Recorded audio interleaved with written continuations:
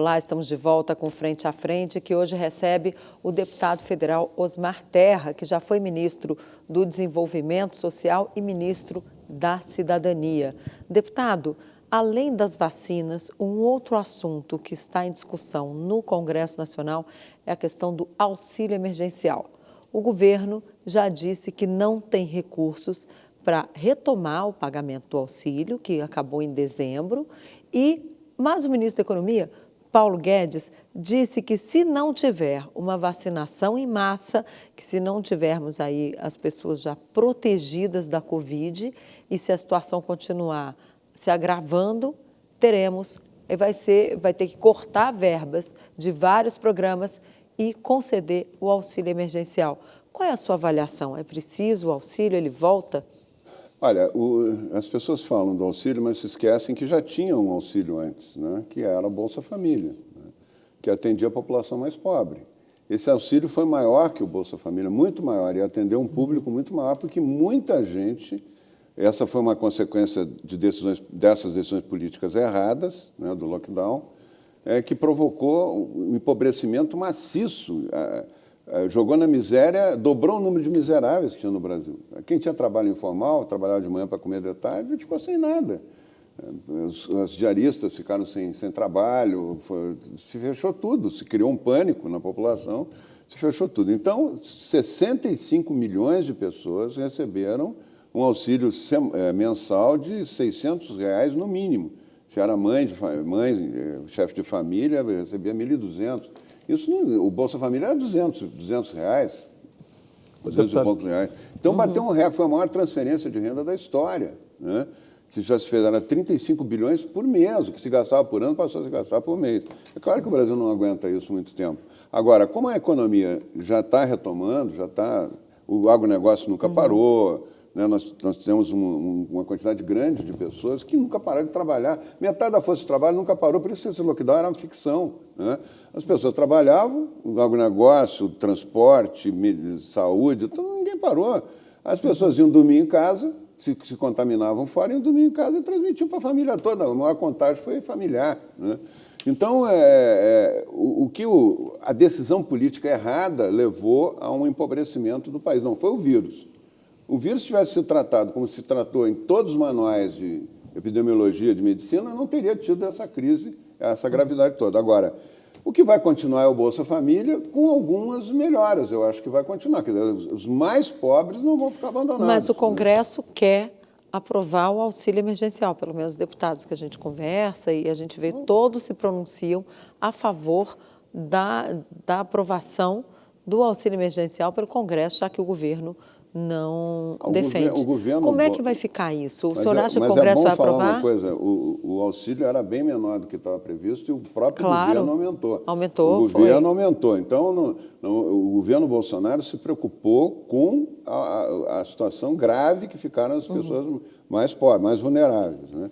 Agora está se estudando. Eu acho que vai ter que ter uma coisa intermediária entre que era o Bolsa Família, que atendia e atendeu esses anos todos, em décadas, né, a população mais pobre, e ver de que maneira a quantidade de pessoas que ainda precisa, hoje tem um sistema, tem um cadastro que dá para avaliar isso, é um cadastro descentralizado, mas que funciona bem, que é o cadastro único, né?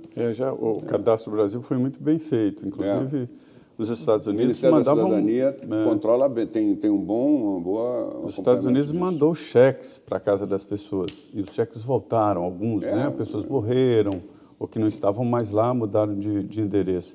Deputado, voltando aqui ao assunto da pandemia e pegando esse gancho aqui do dinheiro, a gente vê que o Brasil investe muito em educação superior, em universidades que fazem pesquisa e em fundações, tipo Fiocruz, Butantan, e nós estamos na rabeira em termos de pesquisas científicas, né? Nós sempre fomos dependentes de insumos externos para fazer vacinas. Eu pensava que não. E a pandemia acabou descortinando, primeiro, a dificuldade dos hospitais, né? E, segundo, essa falta de resultado das pesquisas. A Fiocruz recebe uma grana boa do governo para fazer pesquisa. O orçamento da Fiocruz, fora o que ela consegue de parcerias para pesquisa, né? O orçamento da Fiocruz está ao redor de R$4 bilhões, né? E eu acredito que metade do orçamento do Congresso. Ela cumpre um papel importante em algumas áreas, mas ela está muito dominada pelo discurso ideológico. O pesquisador lá da ponta que faz do balcão, esse é pouco ouvido, né? Ele deveria ter mais apoio. Nós deveríamos estar produzindo uma vacina, pelo amor de Deus, se a Rússia produz uma vacina, se a China produz, se os Estados Unidos está produzindo, vários países do mundo estão tomando iniciativa e estão produzindo vacina. Por que as nossas instituições, o Butantan e a Fiocruz, são meros atravessadores? São atravessadores, estão pegando o insumo e estão montando aqui, estão fazendo, atravessando. Eles não criaram a vacina. Uma vacina não é uma coisa tão complicada assim de criar, precisa ter tempo para testar, as coisas todas que nós falamos, mas a vacina já podia ter uma vacina brasileira. É lamentável Existem que não tem. Agora, também não vamos chorar o leite derramado. Existem 6 projetos. É falha de quem? Do Ministério da Ciência e Tecnologia, da própria Fiocruz, do Eu acho que a Fiocruz tem responsabilidade nisso, porque a Fiocruz não são os princípios científicos que regem o comando da Fiocruz, são princípios puramente ideológicos. Acho que tem que ter uma reorganização, uma reestruturação da Fiocruz. Falando da Fiocruz, o Butantan não conheço bem, a Fiocruz eu conheço. Só para esclarecer, o senhor está dizendo que a Fiocruz não fez a vacina por questões ideológicas, porque ela está querendo beneficiar A ou B politicamente? Não. Tá. Então Vamos esclarecer. Eu acho que a Fiocruz ela não desenvolveu uma estrutura para fazer isso, ela não prestigiou a pesquisa de balcão, não fortaleceu o sistema de pesquisa e ficou gastando muita coisa com discursos, com pessoas que não têm nada a ver com pesquisa, com ciência, né, que são discursos ideológicos, é isso que eu estou dizendo. Ela não se preparou, né, porque o comando dela não é um comando preocupado com o desenvolvimento científico, que o pesquisador de balcão da Fiocruz tem, que as pessoas que trabalham na ponta da Fiocruz têm. O Brasil tem 6 projetos de vacina. 2 já estão praticamente descartados, né? E outros 4 estão em andamento, já estão na fase de teste em animais, né? Passando já pronto para passar para a próxima fase. E o diretor do Butantan está dizendo que vai surpreender e pode aparecer um projeto novo aí já em teste do Butantan. Mas é de admirar que não apareceu ainda, né? Eu acho que isso já teve tempo, essa epidemia está durando quase um ano já. Está durando um ano, contando o tempo da China, é um ano. Já durou um ano, já passou. Já passou de um ano. Então, foi 29 de dezembro de 2019 que ela foi surgiu oficialmente. Né? Mas o paciente zero por volta de setembro. Por aí, setembro, outubro. Eu, inclusive, uma coincidência, eu estive em Wuhan em final de outubro de 2019. As Olimpíadas, né? Nas Olimpíadas Militares. Estava lá, e estava começando lá, ele nem sabia, né? O general Heleno esteve em Pequim, né? Voltou de Pequim, nesse período, a gente voltou junto, acabou se encontrando em Pequim. O general Heleno voltou sem olfato e sem paladar, em outubro de 2019, né? Mas ninguém falava no vírus, não se falava em epidemia. Os coronavírus, em geral, dão uma perda de olfato. Tem 4 coronavírus que dão gripes de inverno, né? Então, se pensou nisso e tal. Então, eu brinco com ele, que ele pode ter sido nosso paciente zero. Agora, deputado, se nós estamos no verão e o número de casos continua subindo e o número de mortes também, é sinal de que no inverno a nossa situação pode piorar? Pode. O vírus ele tem 2 características, né? A temperatura é uma, mas não é a principal. A principal é a disseminação dele.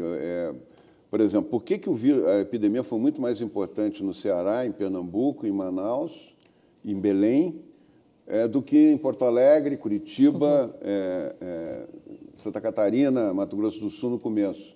Porque o vírus não tinha circulado aqui, o vírus circulou lá em cima, né? O vírus circulou lá. Circulou em Brasília, porque vem gente do Brasil todo para cá e tal. Rio de Janeiro também. E aqui, então, a epidemia cresceu, né? Independente da temperatura, né? Porque havia uma massa crítica de vírus muito maior circulando, de contágio maior circulando. O Sul, quando veio o inverno, cresceu também, né? Aí cresceu mais lá do que no resto do Brasil, né? Então, o Brasil tem um crescimento da pandemia desigual. O que está surgindo agora são novas cepas. que não mudam, que não alteram a imunidade, que, portanto, as vacinas fazem efeito, as pessoas que já pegaram não pegam de novo. Essa história de reinfecção aí é muito mais para assustar do que casos comprovados. São poucos casos, então, de reinfecção, o senhor casos. acha que não é uma coisa... Não, pouquíssimos casos. Pode ser que surja um vírus novo. Deputado, sabe, mas até agora não surgiu. E eu acho que a epidemia, quer dizer, pela quantidade de pessoas que já foram contaminadas, pela letalidade, Zé Maria, só para terminar, pela letalidade, que é 0,27% das pessoas morrem, então as pessoas que infelizmente morrem, elas são vamos dizer assim, um dado objetivo para calcular quantas pegaram, né? Então, cada 10 mil pessoas que pegam o vírus, 27 vêm a falecer. Essa é a média do mundo, né? Se isso vale no Brasil, e eu acredito que vale, nós temos 80 milhões de pessoas que já pegaram o vírus. 80 milhões que estão imunizadas. Nós três aqui já estamos imunizados, né? De alguma maneira estamos imunizados, né? Já temos anticorpos, né? Porque o que é a vacina? É o vírus morto. Tu injeta um vírus na pessoa, né? Para provocar uma reação de anticorpos. Tu já tem o vírus, já foi provocada essa reação com o vírus vivo, e tem estudos mostrando agora que 60 dias depois aumenta, inclusive, a capacidade de produzir anticorpos, não diminui, como estavam querendo vender aí, né? Eu acho que nós estamos com uma boa parte da população imunizada e muita gente com imunidade natural. Então, a tendência é terminar. A vacina ela vai ter um efeito de longo prazo. Eu sou favorável, eu sempre aconselho que façam a vacina. Quem não teve sintoma, não teve nada, tem que fazer, né? Mas a vacina ela é um processo de longo prazo. O surto só termina com a imunidade coletiva. Pois foi contaminado aí esse processo todo por um debate político, né? Foi. O senhor é político, foi secretário numa época que o senhor não era político na época que foi secretário. Isso é normal em processos assim? Não, eu era político, eu era deputado federal licenciado. Né? Normal essa contaminação, esse debate político em torno de pandemias ou de epidemias? Agora foi a contaminação foi muito grande, né? Nas outras não teve essa contaminação. No começo tinha, assim, tentativa, até da própria imprensa, de alguns órgãos de comunicação, televisão e tal, o medo da audiência, né? E, assim, as pessoas assustadas assistem mais a televisão.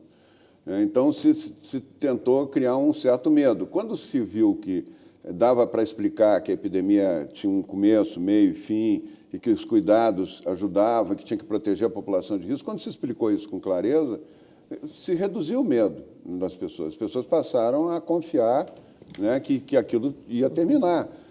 O que aconteceu agora foi que criaram uma epidemia, na imaginação, uma epidemia sem fim, uma epidemia de um vírus sobrenatural, que é diferente dos outros. E quais os reflexos na política? É grave, porque cria uma instabilidade política. Começou quando o presidente fala que a economia não pode quebrar e que a vida é mais importante, mas a economia também é. Começaram não, agora fecha, o mais importante Quem é que não acha que o mais importante é a sobrevivência? O problema é que tem 218 mil mortes na conta de quem fechou tudo, quem fez lockdown, quem mandou as pessoas ficar em casa, está na conta dele. Não é na conta do que o presidente falou. O presidente estava tentando ter uma postura equilibrada, como muitos países tiveram. Não foi só o discurso dele. O que eu vejo é que essa epidemia, para mim, a frase melhor é do Michael Levitch. O Michael Levitch, que é o Prêmio Nobel de 2013, que denunciou todo esse pânico que colocaram, a maneira de enfrentar essas epidemias que estava errada, que fez a crítica. Ele, no encontro dos Prêmios Nobel, ele falou uma coisa que, para mim, ele disse, olha, a política infectou a ciência. Política infectou. Dos dois lados, né, deputado? Porque a gente tem a impressão de que é só aqui fora, não. Lá no meio científico, lá no meio acadêmico, a divisão está muito forte. Agora, dos dois lados também, né, deputado? Mas tem muita covardia também. Tem muita gente com medo de falar o que acha, que é contra esse tipo de coisa que está acontecendo, esse lockdown, quarentena e tal, com medo de retaliação. Tu não sabe quem critica isso, tu não sabe a quantidade de pressão que sofre. É um negócio... Agora, a contaminação aí política vem dos dois lados, né, deputado? Tanto um presidente da República que não usa máscara de forma alguma, quanto aquele que não tem nenhum caso na cidade já fechou tudo. Ou seja, aos erros aí dos dois lados. Manaus, por exemplo, estava cheio de casos, com o sistema de saúde em colapso. O governador diz que vai fechar, as pessoas se revoltam, vão para as ruas, e aí depois nós temos a situação se agravando e completamente fora de controle. Também não é errado deixar, porque as pessoas têm dúvidas, se sai, se fica em casa, se usa máscara, se não usa, não sei o quê. E a gente vê dos dois lados, é um debate político tão esgarçado que não se chega a um sistema equilibrado, onde as decisões sejam tomadas de acordo com o razoável para preservar tanto a vida da população quanto a economia, porque aí está faltando equilíbrio, não está, não? Eu acho que se tu partir do princípio que tu fechando as pessoas em casa, fechando tudo, tu evita o contágio, né, tudo bem. O problema é que isso não funcionou. A população viu que isso não funcionou. A população já esgotou a paciência da população. Prometeram que fechando todo mundo em casa não ia morrer ninguém, ou ia morrer pouca gente. Né? O que aconteceu? Morreu muita gente, né, mesmo fechado. E se não tivesse fechado? Né? E se tivesse adotado o que se faz em todas as pandemias? Né? Ia morrer mais ou menos. Tem pesquisas mostrando que o isolamento social mata mais do que em 30 dias depois que se tem um maior isolamento numa comunidade, aumenta o número de mortes, não diminui. Né? Os países que não fecharam têm menos óbitos. Quais são os países que estão liderando a mortalidade no mundo? Os 10. Todos fecharam radicalmente. A Argentina ficou dizendo que fechou tudo desde o início, desde fevereiro, fechou tudo, e criticando o presidente Bolsonaro, o presidente da Argentina, que o Brasil estava errado, que o presidente Bolsonaro estava errado, que fechando tudo funcionava. Olha aí, não tem morte nenhuma. Chegou no inverno, explodiu a mortalidade na Argentina. A Argentina está entre os 5 ou 6 países com o maior número de mortes do mundo, com tudo fechado. Então, essa lógica que tu está colocando, ela funcionaria se nós tivéssemos a comprovação de que fechando, que o governador tinha razão, que tinha que fechar para evitar as mortes. Eu acho que ia acontecer igual. Com lockdown, sem lockdown, se tem uma cepa nova do vírus que contamina todo mundo, que contamina mais rápido, vai acontecer igual o que aconteceu, mano. E está acontecendo no Sul. Quero dizer que eu não sei se não é a mesma cepa. O Sul aumentou muito o contágio agora, mesmo depois do inverno. Depois do inverno caiu. Os estados do Sul agora aumentou, porque eles também têm uma proporção de pessoas menos contaminadas. Tem menos gente com anticorpos, né? Porque foi mais tardia a circulação do vírus lá. Mas eles superaram Manaus, inclusive, no aumento de casos. Mas tem uma rede de atendimento que deu conta. Né? O problema de Manaus é que não tem rede e tem corrupção. Perfeito. Claro. É muito bom conversar sobre isso, aprender, aprofundar. O deputado Osmar Terra, ex-ministro, já esteve aqui outras vezes e logo no início da pandemia, junto lá com o ex-ministro Henrique Mandetta, nós sempre tocamos nesse assunto aqui no Frente a Frente. Nós vamos agora ao intervalo, 2 minutos, e estaremos de volta em seguida.